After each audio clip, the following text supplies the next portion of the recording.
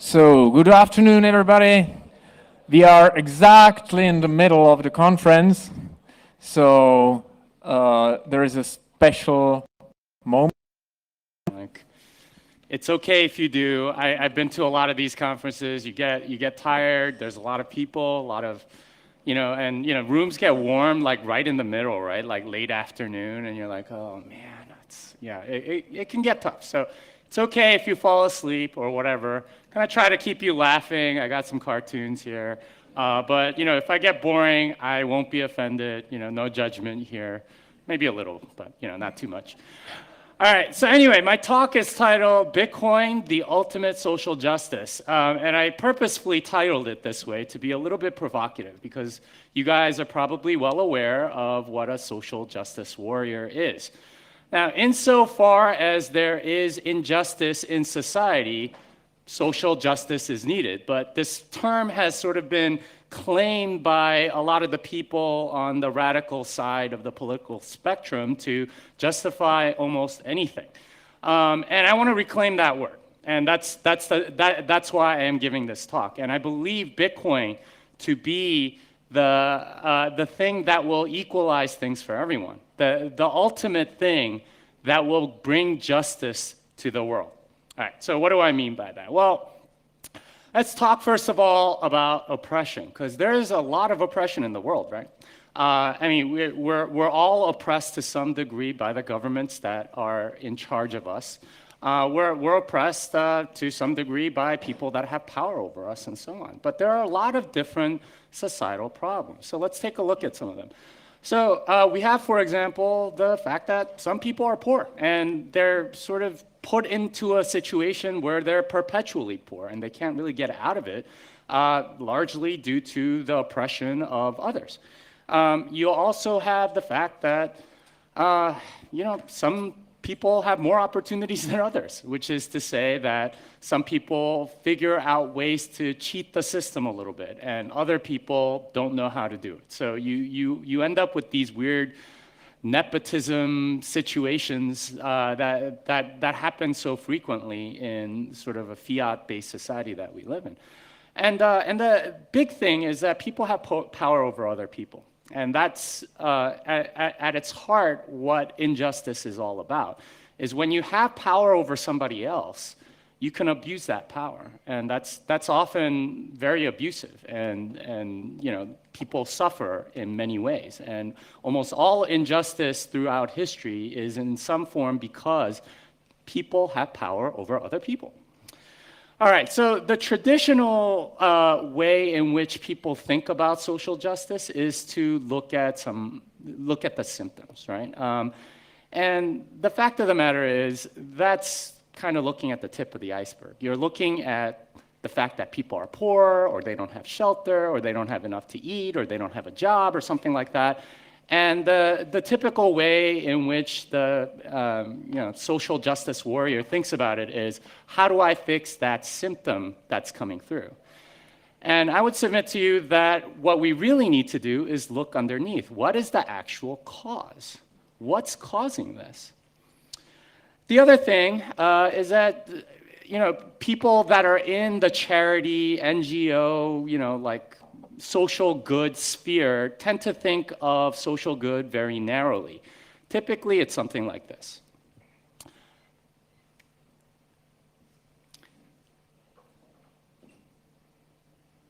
They think that you either feed them, right, which is pretty good, right? Like you're feeding them so they're not hungry anymore. Or you teach them how to fish, right? You give them some education. Or you give them some information, right? You post it on a website. They think that that will solve everything. And I'm going to tell you right now that that is not the problem. A lot of people think that that is the problem, that if only they had the information, if only they got taught something, if only they had certain resources, then they would be okay. No, they're not going to be okay, because that is not the major problem. The major problem is oppression. We are being oppressed by the people that have power over us, okay? Instead of teaching the man how to fish, how about not requiring a fishing license?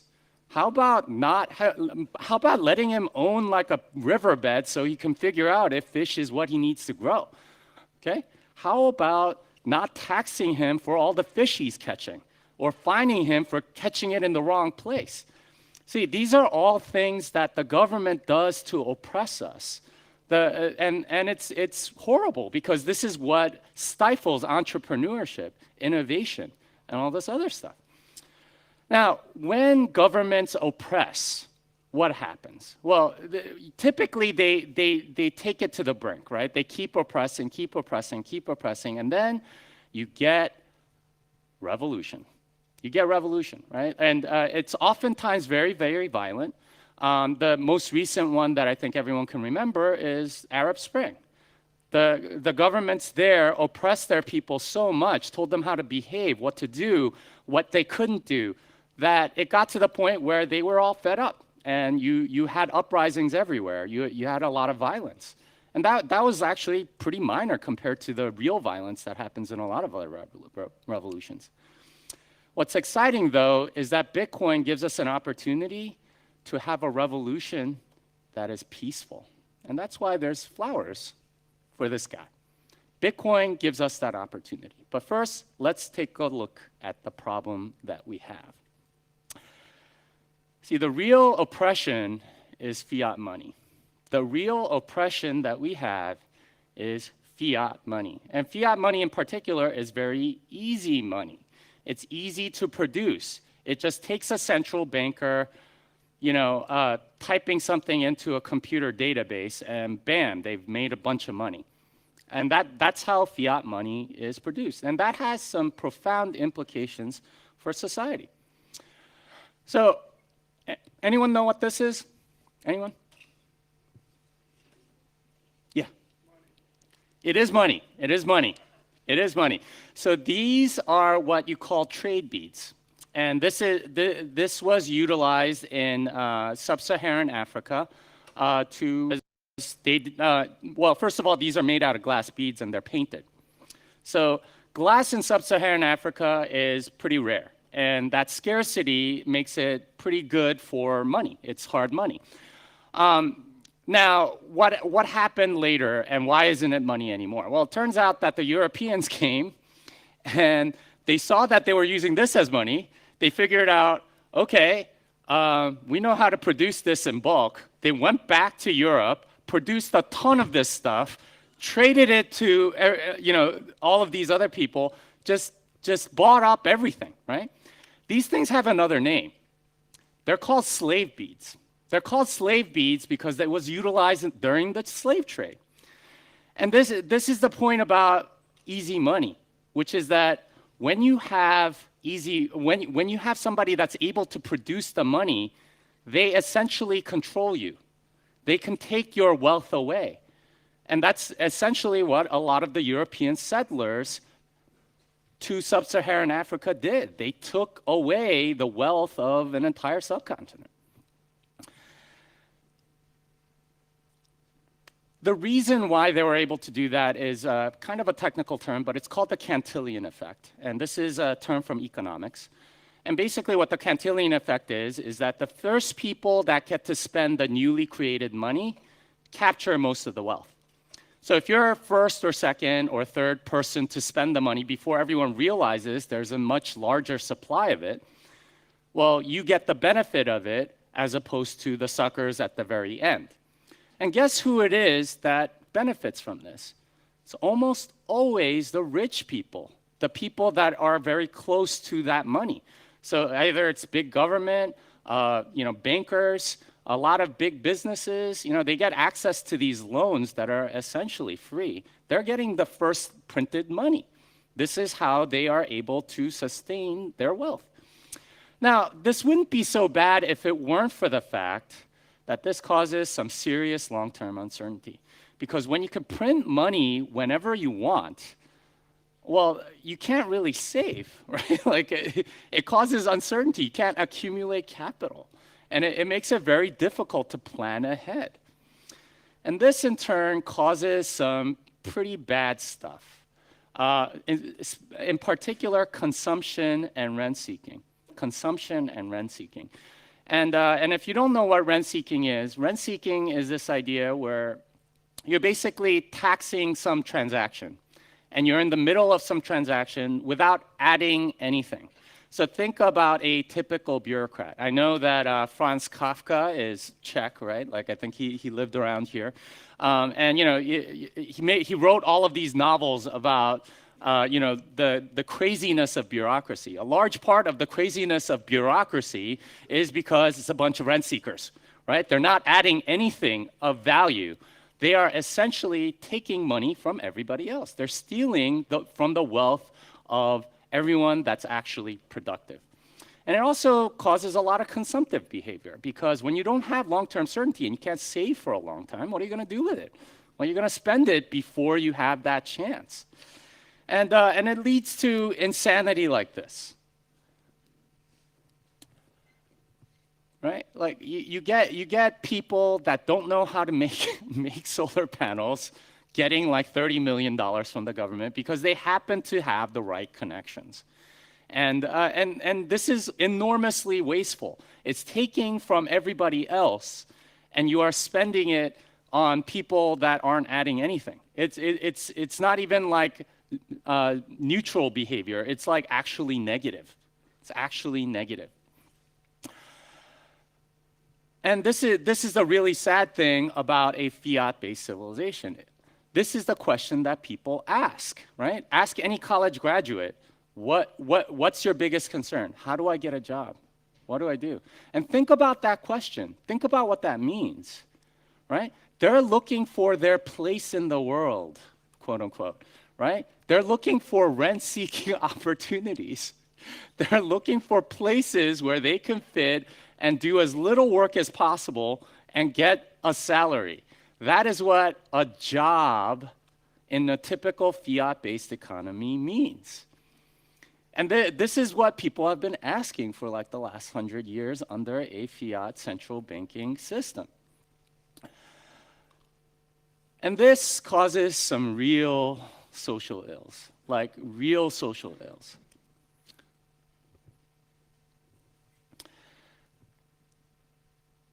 Now, I love this cartoon because it's so typical of what the mentality of kind of like a millennial, typical millennial is supposed to be like, right?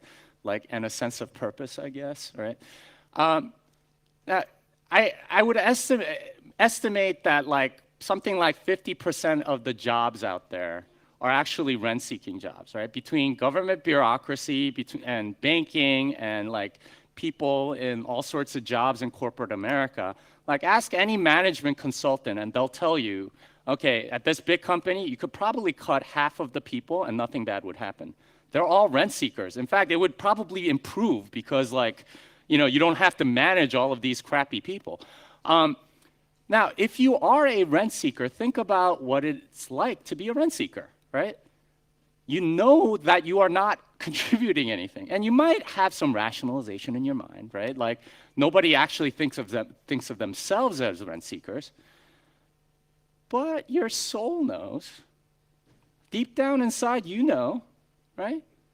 Right? Like, think about what ails society today. We have epidemic levels of depression. Where do you think that comes from? There's a lot of people that don't have a sense of purpose because they know deep down that they are rent seekers, that they are taking and stealing from the rest of the economy, that aren't doing anything positive, and they're just leeches. And when you have that, well, what do? Right? You can get depressed and like be super unproductive, or you can try to drown that voice inside your head that's telling you that you are doing something completely worthless. And we have epidemic levels of that too, right? Whether it's alcohol or drugs or video games or sugar, right? Or, you know, TV or movies or sports or whatever. There's plenty of things to get addicted to, and that causes some serious consumption behavior because you're trying to drown that voice that's telling you you're not doing anything right. You're just a leech on society. And it's sad. It's sad. Now, what happens when you get enough people that are in that sort of state? Well, you get this. See, Rome didn't fall in a day. It took a while, but it was because there was monetary debasement. There were a lot of rent seekers towards the end. Diocletian famously kept debasing the denarii, right? It went from like 70% silver all the way down to like 5% silver, and even lower than that. And it got to the point where they had a society full of rent-seeking people, and then it falls. It falls, right? Like it's vulnerable to almost everything. It becomes a very fragile society because it's all top down. It's all top down. All right, so let's talk about money and how people make money and why fiat money is just so sinister and bad. Well, there's two ways to make money. The first is to make more of the monetary medium. So in the case of the trade beads or the slave beads that I showed you before, it was the European settlers that, that could gain money or the equivalent of money just by producing more of it, by going back and telling their glass blowers, hey, make us these beads and color them with paint, and we'll take them back to Africa and get a bunch of stuff for free. But they've made it much more efficient now. It's even easier. You don't even have to print it. You just like put it in a database. It's literally just like probably a script that they run or a button that they push. But that's one way to make money. It's to create more of that medium. Now, the second way is to provide goods and services, right? Like it could be a lemonade stand. It could be, driving an Uber car or something, right? Like you're doing something that benefits people. Now, the big thing about the former is that it does not add to society at all. And in fact, it's actually taking from society. When you print more of that monetary medium, you have a certain amount of wealth that's existent in civilization. And whatever you print, you're diluting everybody else's wealth. So in essence, you are stealing from everybody else. It's a form of taxation. And it's a very sinister form of taxation because so few people understand that it is stealing. And of course, they utilize this because they're not really earning it. They blow it like I don't know how many of you guys have been to a casino, but when you win a lot of money, there's a tendency for people to be extremely generous, right? And it's because they know they didn't really earn it. And that's kind of the mentality that a lot of these people have. The latter adds to society, right? When you have entrepreneurship, when you have innovation, you're actually adding to something. Because by definition, if somebody's willing to pay you, that means you're either doing something completely new, providing some sort of new good, or you're doing it better, faster, cheaper, more conveniently, something. You're doing something better. And you are adding to the wealth of civilization. You are growing the pie instead of finding your niche. You are growing the pie, right? And that's exactly what makes civilization grow. The thing is, when there's easy money, a lot of people go towards the former. They want to get into the money production business. And when there's hard money, well, they don't really have a choice. They go towards the latter. And think about the last 40 years. Where have the best and the brightest people from the best colleges around the world, what have they been doing? Where do they go and find jobs? Investment banking, that's right, right? They go and try to get into the money production business. They're trying to rent seek off of money production. We could probably be on Mars by now if those people instead went and tried to create value for everybody. Instead, they've been rent seeking. They've been doing things that aren't really contributing. When there's hard money though, like producing gold or something like that, or producing bitcoins, that's really hard. And it requires a very specialized skill set. And that means that most people aren't going to go into it unless you happen to have that particular skill set. Maybe you're very good at digging for gold, right? But if you don't have that skill set, you're going to go do something else because it's much more profitable for you. And that's what people end up doing in a hard money civilization. And when more people do that, that's how civilization gets built. That's what makes everything better. Now, I was born in Seoul, Korea, back in 1976. So you guys know how old I am. And even back then, it was very different. But I found this picture of what Seoul looked like back in 1900 and what it looks like now, right? This happened because people pursued entrepreneurship, because people pursued adding value to civilization. When you stop doing that, it starts to collapse. So there's a buildup during a hard money civilization, and there's a teardown during an easy money civilization. Right? And this is very indicative of that. All right, so let's talk about the revolution. Bitcoin is that revolution. Bitcoin is that revolution. And the reason why it's a revolution is because we get property rights. We get property rights. See, with Bitcoin, you are sovereign over your own coins. You are sovereign over your own money. But with fiat money, you're not. In a sense, you are not sovereign over your money. If you have money in your bank right now, your government can probably take it away. They can accuse you of terrorism, drugs, child porn, something. They can probably take it away. And if you were part of Cyprus, they just took it away regardless of what you did.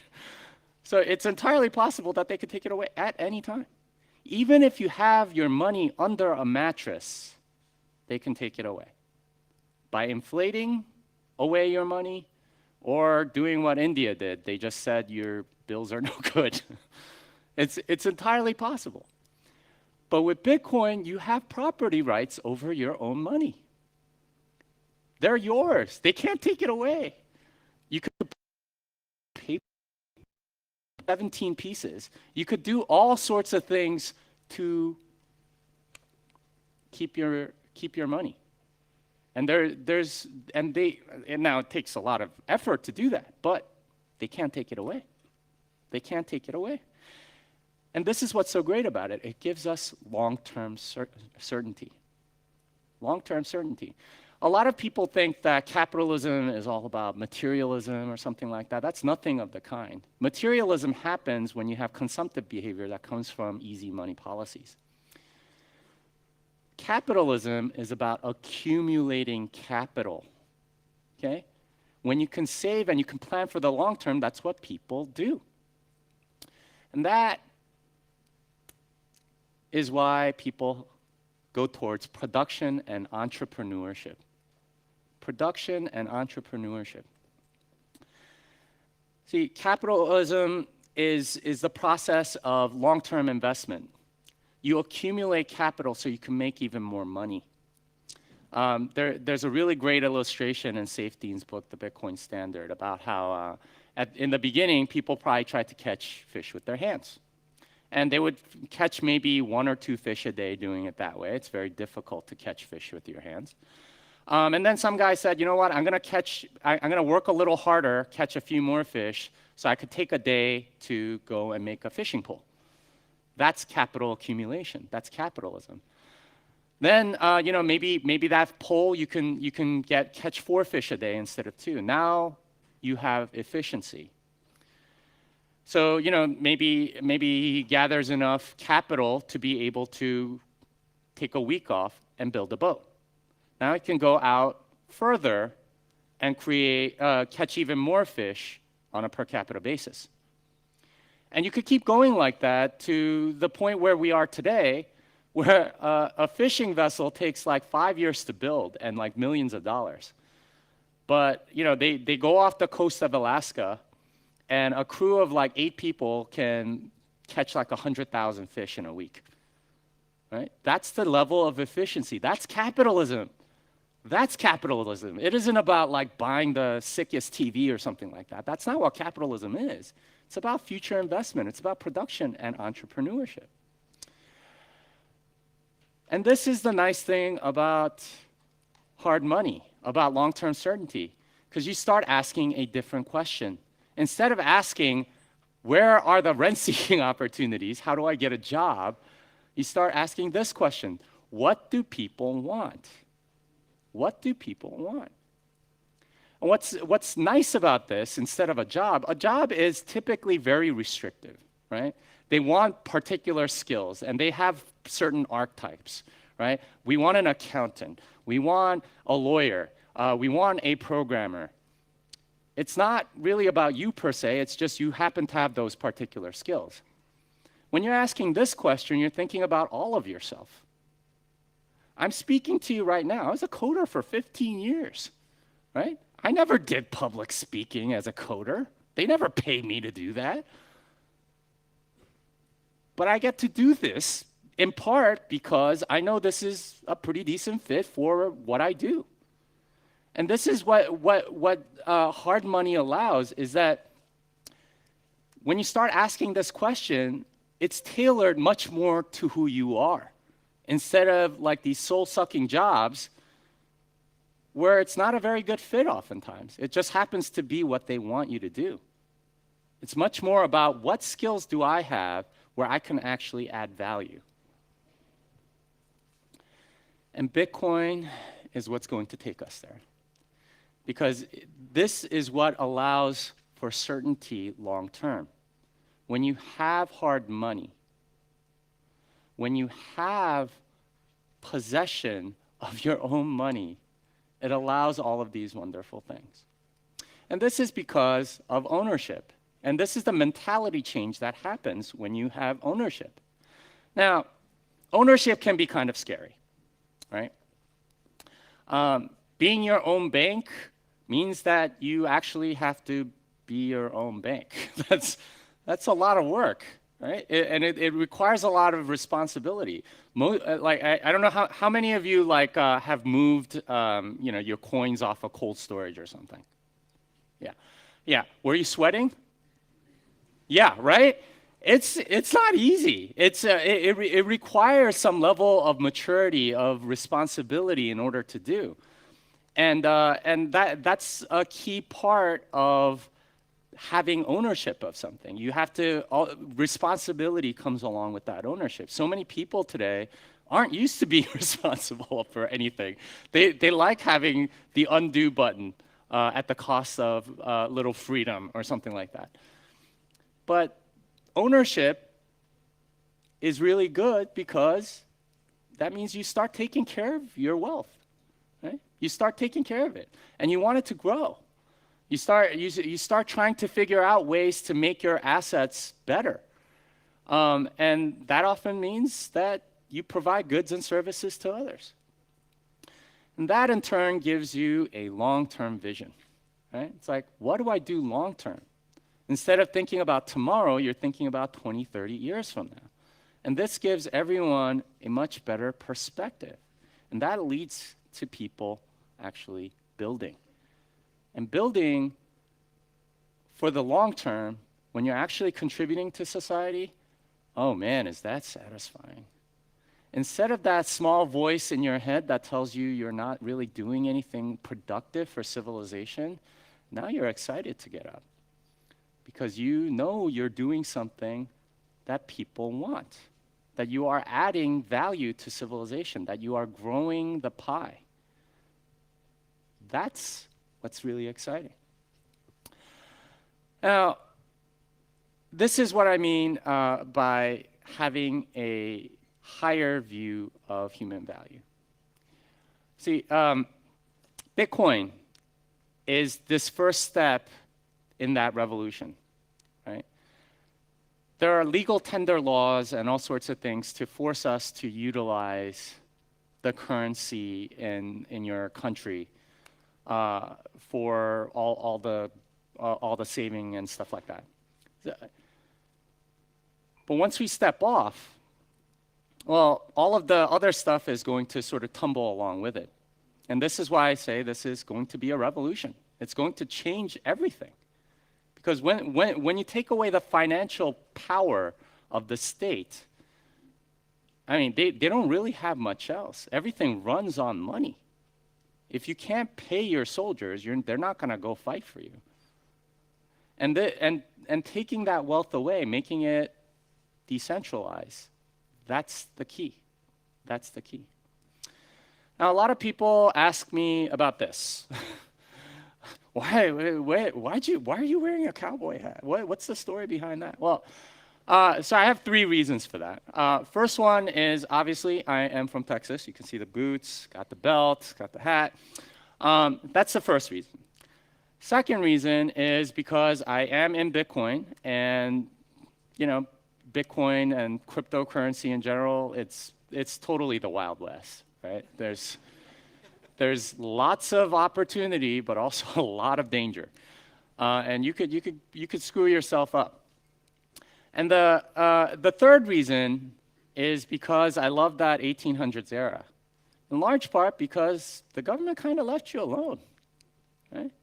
If you think about it, America went from a backwater British colony to a world superpower in 100 years, largely on the backs of people that were entrepreneurs, right? They figured out how to make this canal across the Great Lakes, and conquered the West, right? They just said, okay, if you go there, then you can own some land.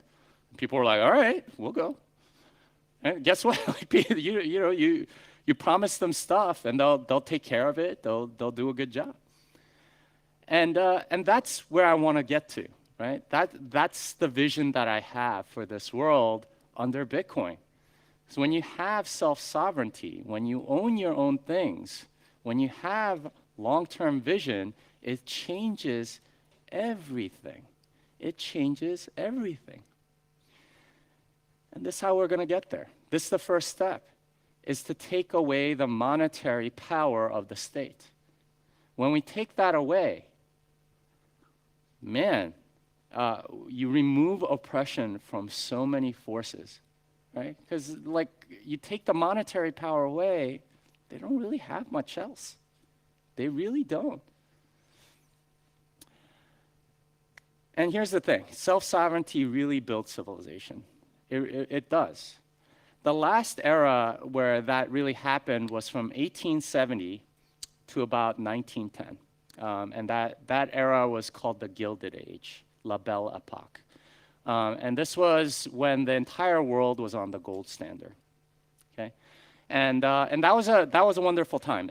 On a per capita basis, we had more innovation, we had more inventions, more entrepreneurship. You had all sorts of stuff happening that made the world better.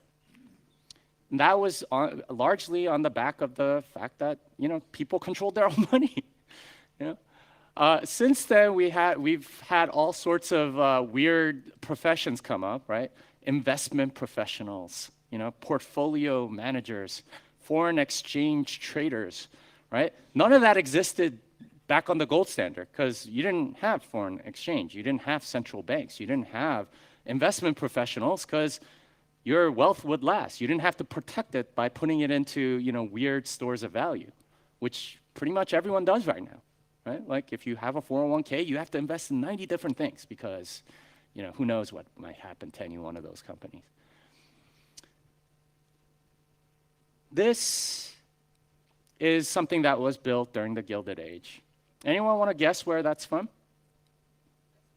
Yeah, all right, good. Somebody's obviously from there. You might think, okay, wow, that's a beautiful building. And typically people think, okay, well, that's got to be some nice city in Europe or maybe even America or something like that. Not the case. This is Mexico City. See, prosperity lifts everything, right? It wasn't just the first world countries that got all of the prosperity. It trickled down to everything. Because when you have freedom, everybody wants to build. There's an opera house in Mexico City, right? And this was built during La Belle Epoque. This is what you get when you give people freedom. And this is ultimately what I want to talk about, is that I believe that social justice warriors or the people that are into that thing have a very low view of human value. They see people in Africa starving and they go, okay, well, we need to feed them, we need to house them, we need to clothe them. That's how they view the people, as liabilities that need to be taken care of. That's not my view. See, the real value of human beings is that we have the capacity to innovate, to create. And that is the tragedy of the civilization that we live in today. Because so many people are oppressed, they don't have the opportunity to express their creativity, their ingenuity, their inventiveness, their entrepreneurship. They don't have that opportunity, and that's the real tragedy. Think about all of the people that are poor and oppressed right now. If you unleash them in the world and allowed them to create their own businesses, figure out what other people want instead of being anxious because they have a boot on their neck, how would the world change? How would the world change if you just got off their back? Instead, we have power-drunk people in all sorts of governments that just want to control everybody. That's the real tragedy. And this is why I am so opposed to like the SJWA. They just want their guy in charge. If only my guy were in charge, everything would be okay. They want a centralized solution to a decentralized problem. I want a decentralized solution to a decentralized problem. It isn't about passing laws. It isn't about diverting resources or remaking the pie and changing the allocation of things. It's about giving people the opportunity to create, to grow the pie, to make wealth. That's how civilization changes. That's how we become a better civilization. That's how we get ultimate social justice. Thank you very much.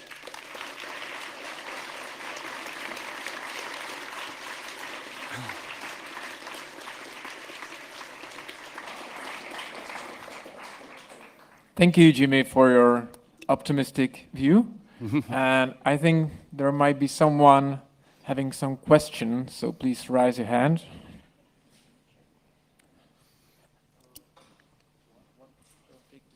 Okay. I think, oh, it's work. Cool. Thank you for great speech. And I want to ask you about money printing. You talk about gold standards, and in gold standard we cannot print money. If you try to read book of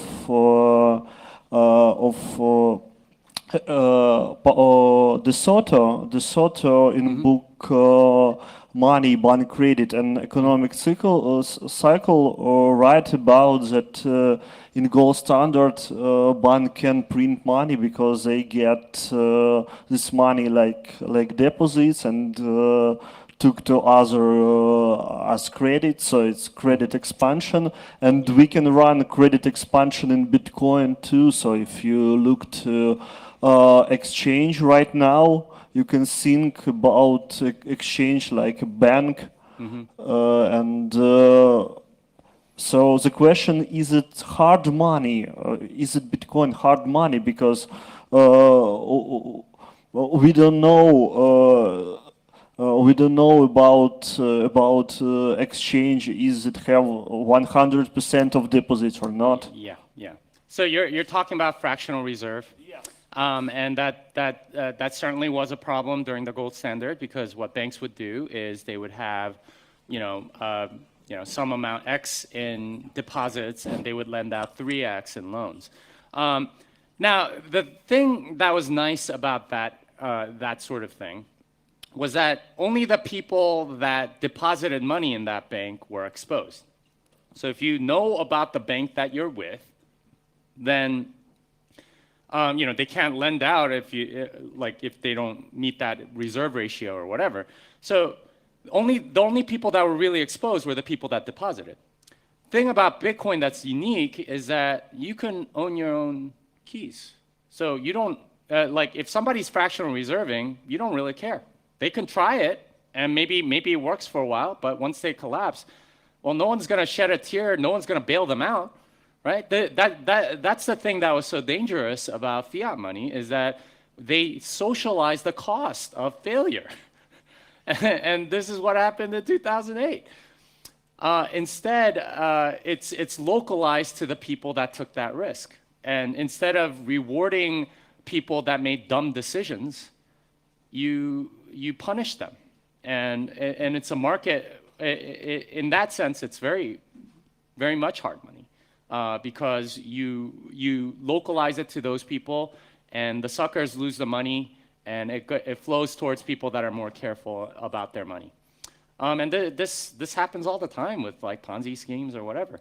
The dumb people are the ones that get punished, and they learn. And it might be an expensive lesson, but this is how we all get wiser. And I think that's the right model, instead of socializing the cost because we feel sorry for them. That bothers me. All right. Yeah. Yeah, I have two questions. First is, in Czech Republic, around 10% of the workforce is working for state,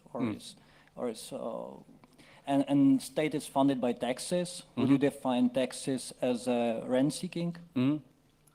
Yeah, so I would say most government bureaucrats are definitely rent-seeking. Okay. In large part because they are not really adding value, right? Like, they make the regulations that you have to comply with, and it's like, if they didn't make that regulation in the first place, then you wouldn't need this bureaucrat in order to do it. It's like they can enforce.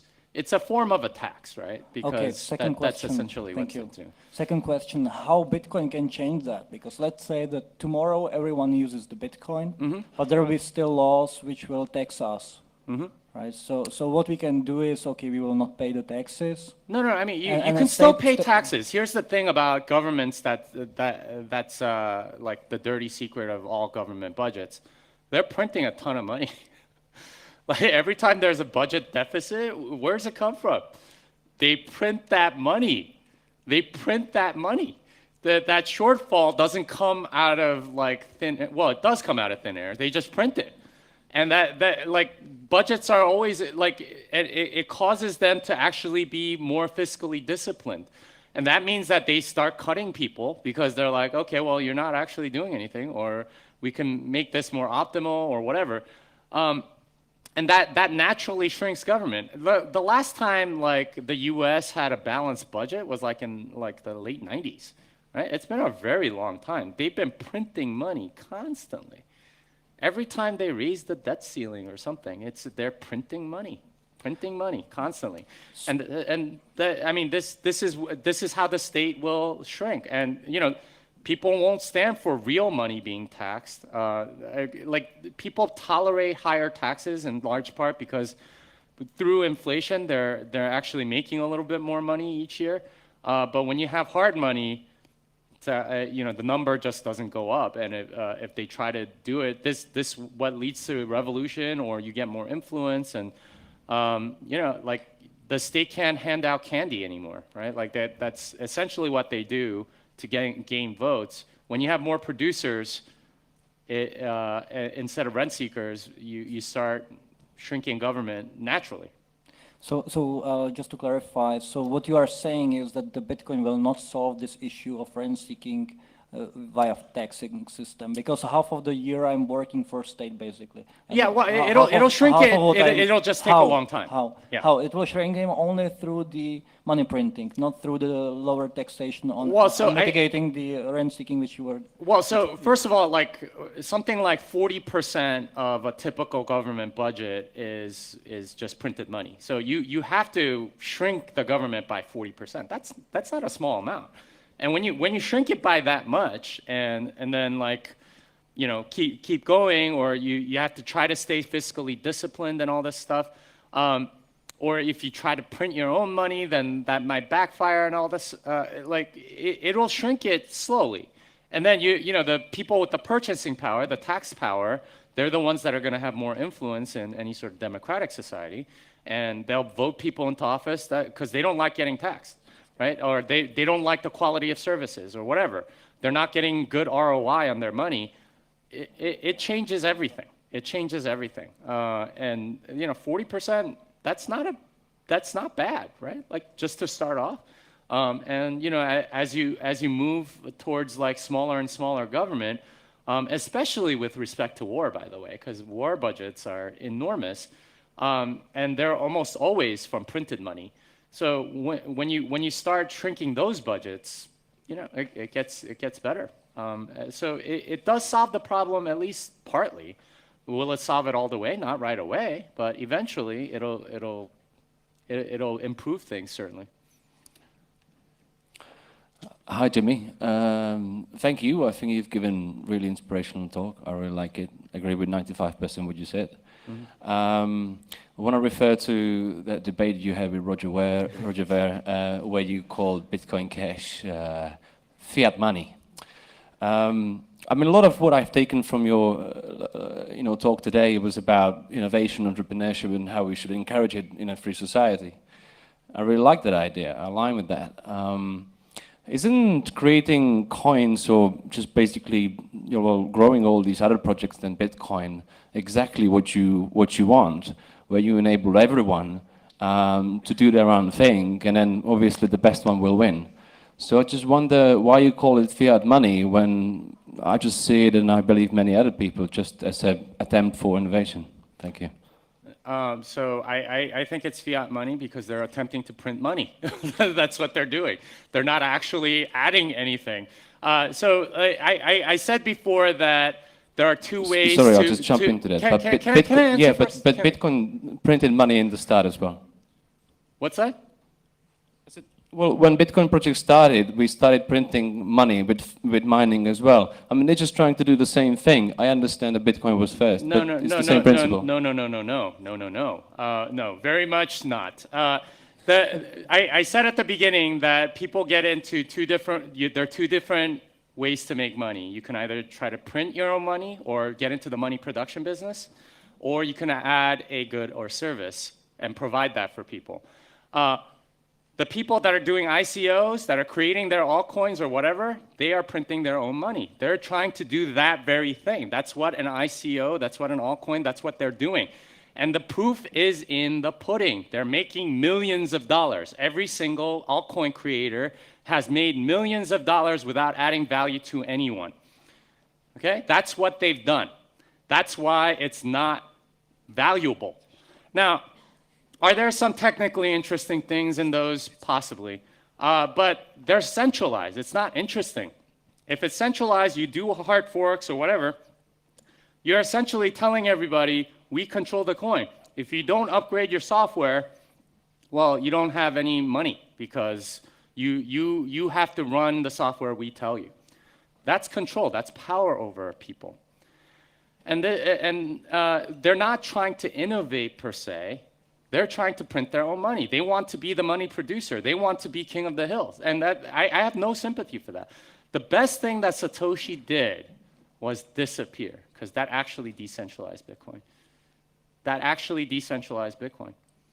Before that, Satoshi had most of the say in all of the technical direction of Bitcoin. But when Satoshi disappeared, that decentralized it. And that's what makes it interesting. We already have centralized money. Right? It's called the US dollar or the euro or the yen, right? Those are all centralized digital money.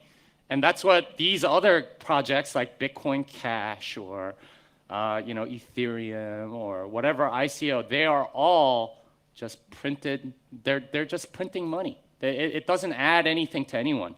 And that's the tragedy of the ICO space right now. What if all of those people were providing goods and services? How much better would things be? Instead of all these shit coins, we'd have real products. We'd have innovation. We'd have entrepreneurship. Instead, everyone's trying to print their own money, and I can't wait until all of those things die in a giant dumpster fire.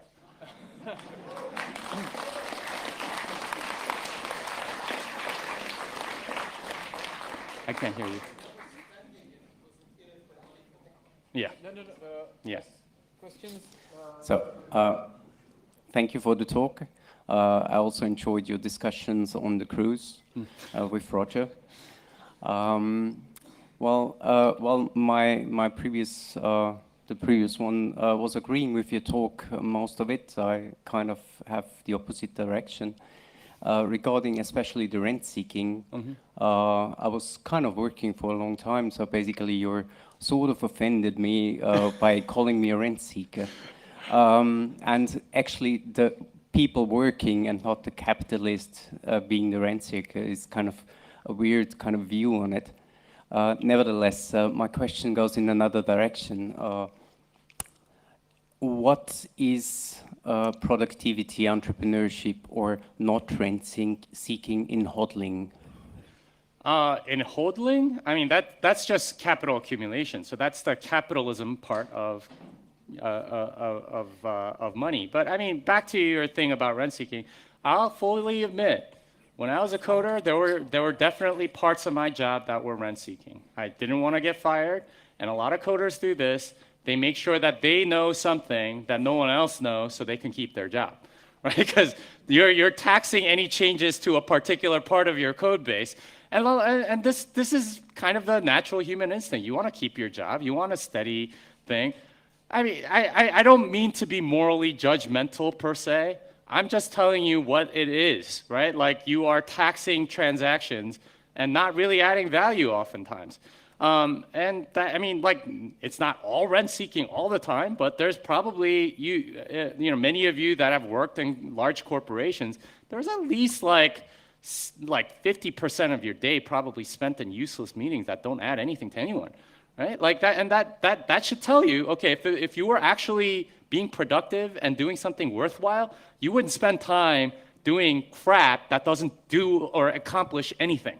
So, I mean, that should be prima facie evidence of rent-seeking behavior that's sort of completely embedded in our society today because of fiat money. Thank you very much. You opened a big topic. It requires a lot of discussion, but we have to cut it because we ran out of time. But thank you very much, Jimmy Song. And we continue in 8 minutes. Oh,